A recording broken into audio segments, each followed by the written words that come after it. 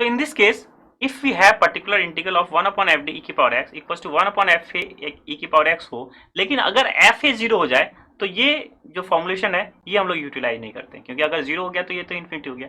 तो हम लोग क्या करते हैं, जो स्टेप बाय स्टेप इसको सॉल्व करते हैं। सबसे पहले क्या करते हैं,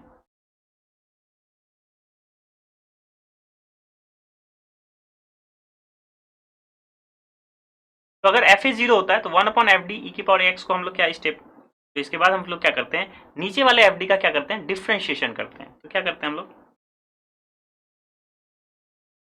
जब हम डिफ्रेंशिएशन करते हैं तो e की पावर x से फिर इसको क्या करेंगे, हम ऑपरेट करेंगे, लेकिन कीप इन माइंड अब x की प्लेस पे हम यहाँ रख देंगे x, यानी कि x एक आपके पास वैल्यू एक्स्ट्रा टर्म्स आ जाएंगे x। नाउ अब हम लोग क्या करते हैं, इस पे ऑपरेट करेंगे अगेन।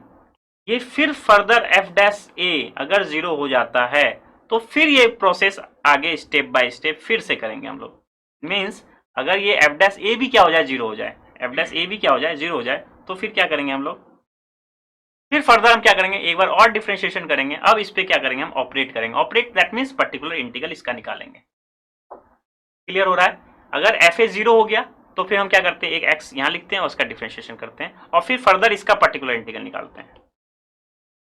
लेकिन अगर एफ डैश ए भी 0 हो गया, फिर यही कीप ऑन करते रहते हैं। x की जगह फिर अब क्या करेंगे, फिर एक x से मल्टीप्लाई करेंगे और फिर इसका जो डिफरेंशिएशन हो चुका है उसका फर्दर क्या करते हैं, हम डिफरेंशिएशन करते हैं और फिर e की पावर x से इसका हम पर्टिकुलर इंटीग्रल निकालते हैं। अगर फिर भी अगर f डबल डैश भी 0 हो जाता, f डबल डैश a भी 0 होता, फिर क्या करते हैं, हम x क्यूब करते 1 upon F triple dash T e की पावर ax पे ऑपरेट करते हैं। यही हम जो है स्टिल तब तक हम करते रहते हैं जब तक नीचे क्या हो, नॉन जीरो हो जाता है। जैसे ही नॉन जीरो नीचे हो जाता हम क्या करते हैं, स्टॉप कर देते हैं। तो अगर यहीं पे अगर नॉन जीरो हो जाता, यही अगर F dash A not equal to 0 हो जाता तो यही हमारा क्या हो जाता, सॉल्यूशन हो जाता, पर्टिकुलर इंटीग्रल हो जाता है। लेकिन अगर ऐसा नहीं है तो हम क्या करते हैं, इसको स्टेप बाय स्टेप फिर फर्दर हम नीचे डिफरेंशिएशन करते जाते हैं और x से जो है हम लोग मल्टीप्लीकेशन करते जाते हैं। आइए इसका एक एग्जाम्पल देखते हैं और किस तरह से ऑपरेट करते हैं जब आपका एफ ए क्या हो जाए, 0 हो जाए। ना हमें इस पर्टिकुलर इस डिफरेंशियल इक्वेशन को सॉल्व करना है। तो यहाँ देख रहे हैं, एक तो यह दो फंक्शन है, यहाँ एक 6 e की पावर 3x है और प्लस 7 e की पावर माइनस 2x। इसको पूरे सॉल्व करने के लिए सबसे पहले हम कॉम्प्लीमेंट्री फंक्शन निकालेंगे और फिर पर्टिकुलर इंटीग्रल निकालेंगे और उसका सम ही हमारा क्या हो जाएगा, सॉल्यूशन हो जाएगा। लेकिन यहाँ पे पर्टिकुलर इंटीग्रल एक बार इसमें भी निकालेंगे, एक बार पर्टिकुलर इंटीग्रल इसमें भी निकालेंगे। मींस पर्टिकुलर इंटीग्रल इसको भी सॉल्व करेंगे और फिर पर्टिकुलर इंटीग्रल इसमें भी सॉल्व करेंगे एंड दोनों का सॉल्व समेशन ही आपका रिक्वायर्ड पर्टिकुलर इंटीग्रल कहलाएगा। दैट मींस अगर और एक फंक्शन होता तो उसका भी पर्टिकुलर इंटीग्रल निकालते हैं और फिर जो सॉल्यूशन होता है तीनों पर्टिकुलर इंटीग्रेशन का उसको सॉल्व करते हैं। तो ये भी ई की पावर एक्स का ही कंसीडर एज ए केस है, तो इसको ई की पावर एक्स के कंसीडर जो है केस होता है, उसके लिए क्या करते हैं हम लोग, 1 अपॉन एफ डी ई की पावर एक्स में ऑपरेट करते हैं। तो 1 अपॉन एफ डी ई की पावर 3x में ऑपरेट करेंगे, 1 अपॉन एफ डी ई की पावर माइनस 2x में ऑपरेट करेंगे। तो सबसे पहले कॉम्प्लीमेंट्री फंक्शन ऑलरेडी हम लोग डिस्कस कर चुके हैं, इसका डायरेक्टली कॉम्प्लीमेंट्री फंक्शन लिख लेते हैं हम लोग। तो इसका डी फॉर्म क्या हो जाएगा आपके पास सॉल्यूशन के लिए, D square minus 6d plus 9 equals to 0 आप कर सकते हैं। यहाँ से कॉम्प्लीमेंट्री फंक्शन निकाल सकते हैं। तो क्या complementary function, that means D की जगह m, that means m square minus 6m plus 9 equals to 0। इसका सॉल्यूशन फाइंड आउट कर सकते हैं। मैं डायरेक्ट सॉल्यूशन लिख दे रहा हूँ।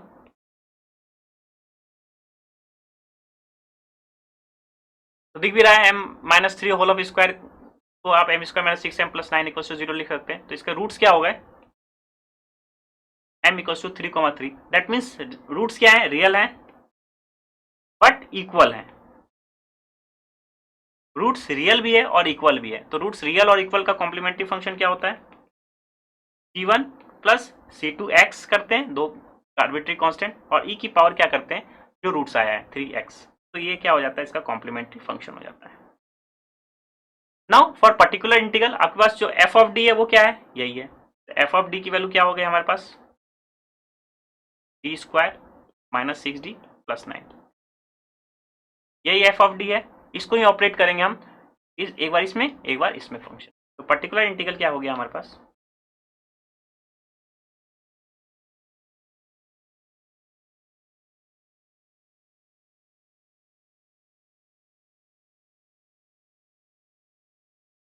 Particular integral 1 upon F D 6 E की power 3x plus 1 upon F D 7 E की पावर माइनस 2x, और f ऑफ d की वैल्यू क्या हो गई हमारे पास, d square minus 6d plus 9।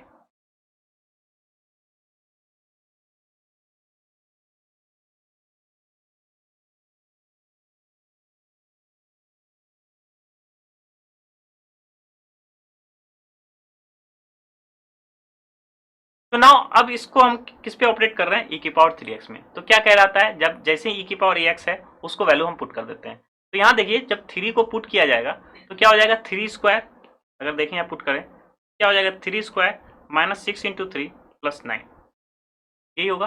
और यहाँ अगर पुट करें तो क्या हो जाएगा, यहाँ क्या है a की वैल्यू 2 है, माइनस 2 है, तो d की वैल्यू क्या करेंगे -2 पुट करेंगे। तो यहाँ क्या हो जाएगा -2 स्क्वायर माइनस 6 और d की वैल्यू -2 है, -2 प्लस 9।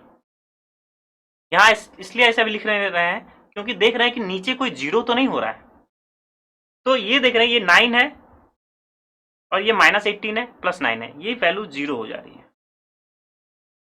एफ ऑफ ए की वैल्यू क्या हो जा रही है, जीरो हो जा रही है। मीन्स इसमें हम केस 2 यूज करेंगे। क्या इसकी वैल्यू जीरो हो रही है, इसकी वैल्यू जीरो नहीं है, तो दैट मीन्स ये पर्टिकुलर इंटीग्रल आपका सही चल रहा है। लेकिन इस केस के लिए हम केस 2 को कंसीडर करेंगे। अब नाउ केस 2 पे जाएंगे। ये तो एज इट इज है, दैट मीन्स आपके पास जो है इधर वाला फंक्शन के लिए कोई दिक्कत नहीं है, ये तो सिंपल हम सॉल्व कर लेंगे, जो वैल्यू है वही आपके पास जो सॉल्यूशन हो जाएगा। लेकिन इस इधर के लिए क्योंकि आपके पास ये जो जीरो का केस हो गया, एफ ऑफ ए क्या हो गया जीरो हो गया, नीचे क्या हो गया जीरो हो गया, तो हम क्या करते हैं नीचे वाले का डिफरेंशिएशन, नीचे वाले का डिफरेंशिएशन। तो नीचे वाले का डिफरेंशिएशन ये हम लोगों ने अपने लिए इसको ऐसा किया है चेक करने के लिए। अब आपके पास जो सॉल्यूशन आएगा वो क्या होगा, नीचे वाले का डिफरेंशिएशन। तो इसको पहले चेक किया कि ये जीरो तो हो रहा है, इसलिए हम क्या कर रहे हैं नीचे वाले का डिफरेंशिएशन। नीचे वाले का डिफरेंशिएशन मींस डी स्क्वायर का डिफरेंशिएशन क्या हो जाएगा 2d, और 6d का डिफरेंशिएशन क्या हो जाएगा 6, और 9 का डिफरेंशिएशन 9 कांस्टेंट है तो क्या होगा 2d माइनस 6।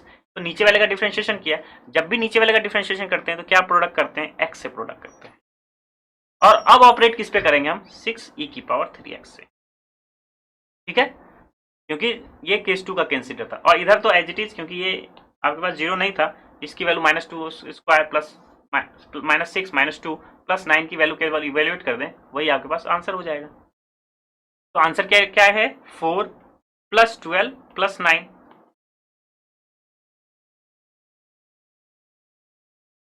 तो 4 + 12 + 9 क्या हो गया 25 हो गया इसकी वैल्यू, जो कि जीरो नहीं है। तो अब क्या इसको डायरेक्टली लिख सकते हैं 1/25 7e की पावर -2x। ये तो केस 1 का है, और लेकिन ये केस 2 हो गया था, इसलिए हम फर्दर इसको ऐसे किए। अब नाउ अगेन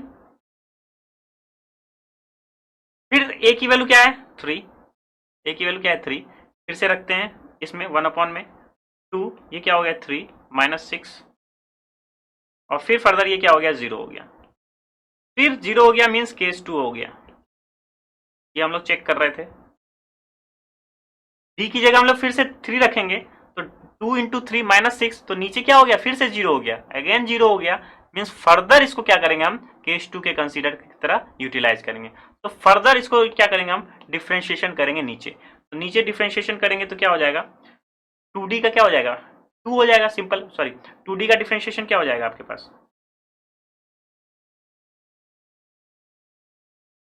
2 -6 का कांस्टेंट हो गया, x था, x की जगह फिर क्या लिखेंगे x लिखेंगे। अब ऑपरेट किस में कर रहे हैं e की पावर 3, 6e की पावर 3x। और ये एज इट इज क्योंकि इसमें तो ऑलरेडी सॉल्यूशन हो चुका है, तो ये एज इट इज हम लिख लेते हैं। क्या नीचे अभी भी d बचा है, क्या नहीं बचा है, मीन्स आपका पर्टिकुलर इंटीग्रल निकल गया। अगर d होता तो फिर से हम क्या करते 3 रखते। आई होप आपको क्लियर हो गया होगा किस हिसाब से करते। तो ओवरऑल क्या हो गया हमारे पास, ये 2 से 3 से हम लिख सकते हैं इसको, तो 3x² e की पावर 3x प्लस 7/25 e की power -2। This is your particular integral. हमने क्या किया, क्योंकि ये इसलिए इस पर्टिकुलर एग्जांपल को लिया गया क्योंकि इसमें दोनों केस ऑलरेडी स्टार्ट है। एक तो सम का केस है कि अगर सम होता है, दो फंक्शन होते हैं, तो किस हिसाब से जो है हम पर्टिकुलर इंटीग्रल निकालते हैं, तो इसका पर्टिकुलर इंटीग्रल निकालते हैं और इसका पर्टिकुलर। तो CF तो हम ऑलरेडी निकाल चुके हैं। तो पर्टिकुलर इंटीग्रल के लिए हम लोग ने स्टार्ट किया। पर्टिकुलर इंटीग्रल निकालने के लिए d की जगह हम क्या रखते हैं a रखते थे, लेकिन जैसे ही फर्स्ट पार्ट में हमने d की जगह a रखा, ये नीचे क्या हो गया 0 हो गया। दैट मीन्स इसको फर्दर हम क्या करेंगे, हम अलग केस है इसको फर्दर उसको डील करेंगे। लेकिन इसमें हमने जैसे ही रखा इसकी वैल्यू 25 हो गया, तो ये तो पर्टिकुलर इंटीग्रल की वैल्यू आ गई। लेकिन जैसे ही इसमें 0 हो गया था, तो इस पर्टिकुलर फंक्शन का क्या किया हमने डिफ्रेंशिएशन किया है। तो d² का डिफ्रेंशिएशन क्या है 2d आया, और -6t का डिफरेंशिएशन क्या हो गया, 1 हो गया, तो दैट्स में -6 हो गया। और फिर जैसे ही डिफरेंशिएशन करते हैं तो क्या करते हैं, x से मल्टीप्लाई करते हैं और फिर फर्दर इस पर्टिकुलर फंक्शन का पर्टिकुलर इंटीग्रल निकालते हैं। लेकिन फिर से देखा केस क्या है, फिर से d की वैल्यू हमने 3 रखा तो फिर से फर्दर ये क्या हो गया, 0 हो गया। दैट मीन्स फर्दर हम क्या करेंगे, नीचे वाले का डिफरेंशिएशन करेंगे। तो नीचे वाले का जैसे ही डिफरेंशिएशन करेंगे तो 2d का डिफरेंशिएशन क्या हो गया, 2 हो गया। और अगर जब डिफरेंशिएशन करते हैं तो फिर से क्या करते हैं, x से मल्टीप्लाई करते हैं और फिर ये 1/2 हो गया। फिर फर्दर d नीचे नहीं रहा, दैट मीन्स आपका पर्टिकुलर इंटीग्रल आ गया। तो इसको थोड़ा सिंप्लीफाई करने के बाद हमारे पास पर्टिकुलर इंटीग्रल आ गया। देयरफॉर जो सॉल्यूशन होगा आपके पास, जो सॉल्यूशन होगा उसको हम लोग क्या लिखेंगे, हम लोग y equals to complementary function plus particular integral. तो जो कॉम्प्लीमेंट्री फंक्शन आई थी उसका सम करेंगे इस पर्टिकुलर इंटीग्रल पे, तो आपका रिक्वायर्ड क्या हो जाएगा, सॉल्यूशन। तो आई होप आपको कॉम्प्लीमेंट्री फंक्शन किस तरह से निकाली जाती है ये ऑलरेडी डिस्कस हो चुका है। पर्टिकुलर इंटीग्रल e की पावर ax का कैसे निकाला जाता है वो आपको जो है समझ में आ गया होगा। और साथ ही साथ अगर नीचे अगर 0 होता है, मीन्स केस 2, अगर फंक्शन नीचे 0 हो जाता है डी की जगह a पुट करने के बाद, उस पर पर्टिकुलर इंटीग्रल कैसे निकाली जाती है उसको आई होप जो है क्लियर हो गया होगा।